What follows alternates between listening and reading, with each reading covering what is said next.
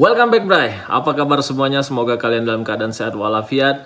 Dan Bray, buat para pecinta timnas dimanapun kalian berada, tinggal beberapa hari lagi kita akan melakoni pertandingan perdana di round ketiga kualifikasi Piala Dunia 2026. Kita menjadi salah satu wakil dari ASEAN yang akan bertanding di round ketiga kualifikasi Piala Dunia 2026. Dan kita akan menghadapi tuan rumah di pertandingan perdana ini melawan Arab Saudi ya. Tetapi ada cerita menarik dari Gals Channel ya, dengan judulnya Statement Sintayong Bikin Back Arab Saudi Al-Bulaihi Mikir Panjang. Dan Mancini berbicara bahwa ia merasa seperti kembali ke Eropa. Misi curi poin Indonesia. Bagaimana ceritanya? Yuk kita simak cuplikannya.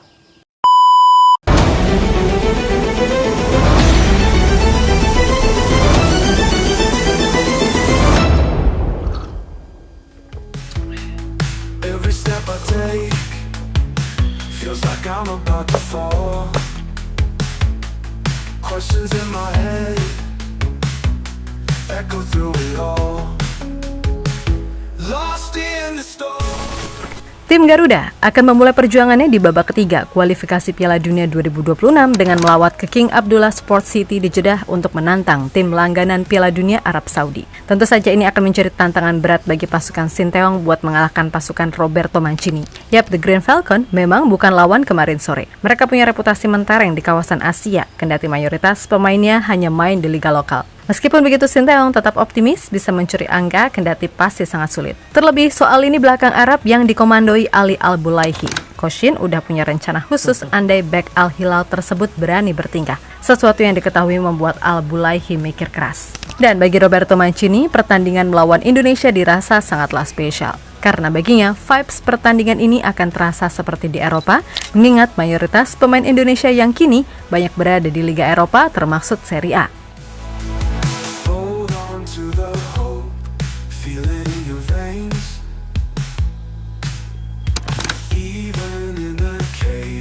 Iya, Al-Bulaihi ini salah satu pemain yang kontroversi ya. Dia sudah banyak bintang-bintang dunia, sudah banyak diprovokasi. Selain lini depan yang dirasa masih meragukan, persoalan lini belakang kayaknya juga bakal menjadi kekhawatiran tersendiri bagi fans tanah air. Sebab beberapa nama harus absen di laga perdana kali ini. Justin Hubner akumulasi, Jordi Amat cedera, Elkan Bagot nggak dipanggil, serta Martin Pos yang baru bisa main di laga versus Australia. Meskipun begitu, Koshin yakin dengan skuad yang ada sekarang, lini belakang Indonesia nggak akan mudah gitu aja digoyahkan. Sebab bagaimanapun, ia masih punya Jesus, Rizky Ridho, dan Sandy Walsh yang bisa dijadikan opsi trio lini belakang. Walaupun yang ada di bench pun tetap mengkhawatirkan, karena di sana tersisa Wahyu Pras dan Ferrari yang secara jam terbang di level timnas senior sangatlah minim. Nah, bagi Koshin, persoalan yang dirasa lebih menyulitkan adalah waktu persiapan yang terbilang singkat. Sebab banyak pemain Indonesia yang ia panggil adalah para pemain yang bermain di Eropa, sehingga butuh sedikit waktu untuk berkumpul bersama. Hal tersebut sangat kontras dengan apa yang terjadi dengan para pemain Roberto Mancini. Yap, semua tahu kalau pemain Arab Saudi kebanyakan adalah pemain yang bermain di liga lokal, sehingga mereka bisa berkumpul dengan mudah. Selain itu, masalah adaptasi terkait waktu dan cuaca juga menjadi keuntungan pihak tuan rumah. Tapi kita juga jangan lupa, entah itu pemain, pelatih, dan juga federasi, mentalnya nggak secemen itu. Dan sejatinya Pak Erik selaku ketua PSSI juga udah memikirkan semuanya, termasuk detail-detail kecil yang diperlukan. Detail-detail kecil. Lost in the storm, winds are howling loud, trying to hold on, can't see through the clouds. Ya, dan ternyata Martin Pes belum bisa dimainkan untuk pertandingan perdana ini, baik. Dia akan bermain di pertandingan kedua nanti ya, melawan Australia. Yap, sebagaimana yang udah diberitakan sebelumnya, kalau federasi akan mendukung penuh apa-apa yang Koshin butuhkan demi bisa meraih hasil maksimal di round 3 ini. Di mana salah satunya PSSI pun siap menyewakan pesawat khusus untuk tim Garuda agar mereka tak terganggu urusan di luar lapangan. Karena ya emang perjalanan tim Garuda di grup C ini memang akan relatif jauh. Sebab gimana ya, levelnya udah Asia sih. Beda kalau ASEAN mah santai. Maka dari itu, keputusan untuk charter pesawat adalah langkah praktis yang PSSI pakai. Ini bukan kemewahan, ini adalah cara kami memaksimalkan performa timnas Indonesia. Kami tidak ingin para pemain kelelahan setelah melalui perjalanan panjang dengan beberapa kali transit. Jelas Erick Thohir via Radar Solo. Lebih lanjut, perlu diingat juga kenapa PSSI berani menjamin akomodasi timnas selama warawiri di round 3 aman adalah karena baru aja dapat sokongan dana segar dari sponsor baru, yakni Bank Mandiri. Diketahui sokongan dana itu mencapai 80 miliar rupiah. Nah, uang tersebut rencananya akan dipakai untuk pembangunan tim nasional dari semua aspek. Entah itu senior, junior, hingga tim nasional putri sekalian. Pokoknya soal fasilitas, PSSI akan berusaha memberikan yang terbaik. Nah, gini loh, baru yang namanya federasi. Nggak kayak dulu-dulu yang, aduh, taulah gimana.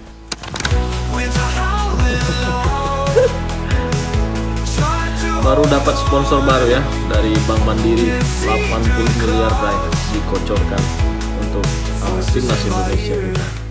Luar biasa. Pak Erick Thohir bukan kaleng-kaleng, luar biasa.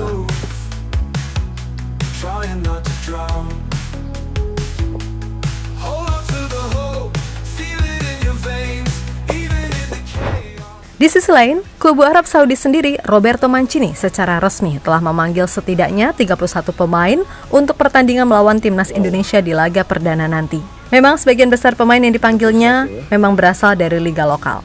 Namun semua juga tahu kalau pemain liga lokal Arab Saudi bukanlah pemain kaleng-kaleng. Mereka adalah kelas kakap di Asia dan sudah terbiasa bermain dengan pemain top dari Eropa. Dan perlu diingat juga, kalau pemain-pemain yang dipanggil Mancini ke tim nasional didominasi oleh pemain Al-Hilal, Al-Nasr, dan Al-Ittihad. Yang mana artinya mereka semua sudah terbiasa bermain bersama. Dan ini akan menjadi keuntungan jika dibandingkan anak asuh STY yang banyak tersebar di berbagai klub. Kemudian perlu diingat juga kalau setidaknya ada 3 pemain Arab yang perlu diwaspadai. Mereka adalah sang bek Ali Al-Bulaihi, sang kapten Salim Al-Dawsari, dan sang targetman Firas Al-Buraikan yang moncer di round 2 kemarin. Khusus nama pertama, tentu timnas mania udah gak asing dengan bek tengil yang satu ini. Yap, Al-Bulaihi emang terkenal sebagai antagonis bagi tiap lawan yang dihadapi. Selain punya fisik kokoh, ia juga dikenal sebagai bek yang mudah meledak-ledak dan mainnya pun cenderung kasar. Meskipun begitu, Al-Bulaihi sendiri kayaknya cukup dibuat mikir oleh statement Sinteyong yang bakal menyiapkan rencana dalam tanda kutip licik untuk berjaga-jaga andai kata ia berulah. Hal-hal seperti itu tidak akan menjadi masalah untuk kami. Pemain yang biasa kasar di pertandingan, ya selamanya akan tetap begitu, tidak akan berubah. Sebaliknya, kami harus bisa mengantisipasi itu dengan baik. Bahkan saya sudah berdiskusi kepada beberapa pemain tentang persiapan untuk memanfaatkan tindak kasar dan emosi yang akan dia lakukan di pertandingan nanti. Ucap Koshin dilansir dari Bola Sport. Sementara itu, Mancini sendiri menilai kalau laga melawan Indonesia nggak akan berlangsung mudah. Namun ia pun di satu sisi merasa happy karena baginya lawan Indonesia benar-benar membuat ia merasa seperti kembali ke Eropa. Hal itu lantaran Indonesia sekarang banyak diperkuat oleh pemain-pemain yang merumput di Liga Eropa. Bahkan salah satunya udah berhasil tembus ke level Serie A macam JSS. Gak cuma itu aja, pemain-pemain seperti Kelvin Verdong, Sandy Walsh, Shane Patinama, Tom Haye, Ragnar Oratmangun, ia dianggap sebagai pemain yang punya kualitas oke. Lalu pemain-pemain macam Justin Hubner, Marcelino Ferdinand, Nathan Chu, dan Ivar Jenner yang pernah ia sebut sangat layak memulai karir di Serie B juga nggak kalah bagus.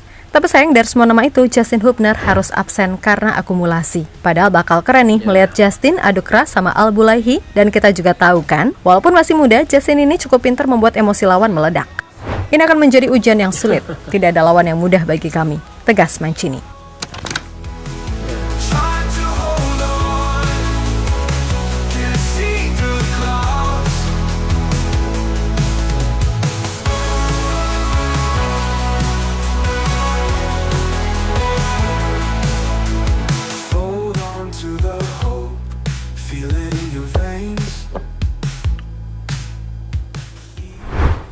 Yap, dari sisi kualitas pemain, seharusnya Indonesia tetap punya peluang untuk setidaknya meraih 1 poin. Gaya bermain cepat yang ditopang build-up khas Sinteyong bisa menjadi senjata timnas untuk menyulitkan Arab Saudi. Terlebih, kita juga punya pemain-pemain seperti Rafael Strijk, Marcelino, Ragnar, hingga Kelvin Verdong yang secara skill dan kecepatan untuk duel 1 lawan 1 bisa diandalkan.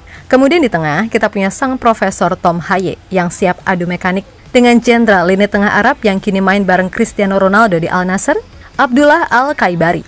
Dan barisan bek harus siap-siap menghadapi sang kunci permainan Salim Al-Dawsari.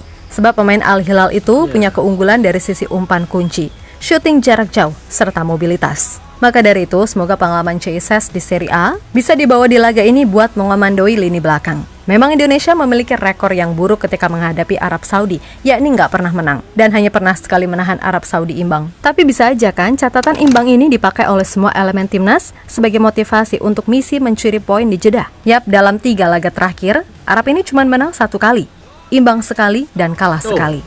Sekali lagi, bermain minimal imbang akan menjadi modal berharga bagi tim Garuda untuk meraih 3 poin atas Australia di GBK beberapa hari kemudian. So, kita doakan saja semoga laga versus Arab hasilnya bagus dan para pemain nggak ada yang kena kartu merah ataupun cedera yang parah. Oke?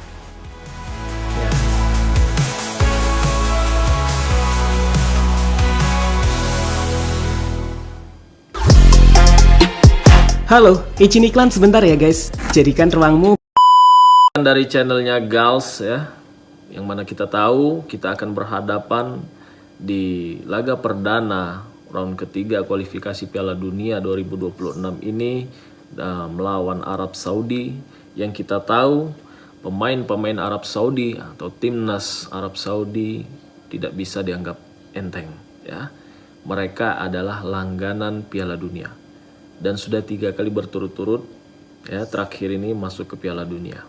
Tentunya dari segi permainan, dari segi tim dan pemain ya, timnas Arab Saudi ini para pemainnya memang bermain di Liga Arab sendiri ya, dan sudah terbiasa bermain dengan para bintang-bintang dunia macam Ronaldo, Sadio Mane, Karim Benzema, dan banyak lagi ya, mantan-mantan bintang atau bintang yang masih sekarang menjadi bintang bola ya, yang bermain di Liga Arab ya. Dan tentunya yang kita tahu Al-Bulaihi ya, seorang back kontroversi ya, yang pernah beberapa kali cekcok ya di lapangan, diantaranya dengan Messi, dengan Son Heung-min ya, dengan terakhir Cristiano Ronaldo ya. Pemain ini harus diwaspadai, dan Coach Sintayong akan menyiapkan strategi untuk mengatasi permainan kasar yang akan Al-Bulaihi lakukan nanti kepada pemain timnas kita ya. Ya, kita percayakan saja kepada Coach Sintayong. Meskipun ya timnas kita saat ini ya kita membutuhkan lini belakang yang kuat ya, karena kita tahu penyerang-penyerang Arab Saudi ini bukan kaleng-kaleng, apalagi ada Salim. Itu luar biasa sekali. Saya beberapa kali melihat Salim bermain ya di TV, wah luar biasa ya, pemain ini pemain yang luar biasa, dan ini akan menjadi ujian lini belakang kita. Tapi tenang aja, kita punya Jay Izzes ya, yang pengalaman di Eropa saat ini ya, dan kita tetap dukung timnas Indonesia kita, semoga bisa meraih poin di kandang Arab Saudi ya. Meskipun kita tidak pernah menang melawan timnas Arab Saudi ya, tetapi pernah 1 kali menahan imbang timnas Arab Saudi. Mungkin itu yang bisa menjadi penyemangat kita untuk meraih poin di kandang Arab Saudi. Maju terus sepak bola Indonesia,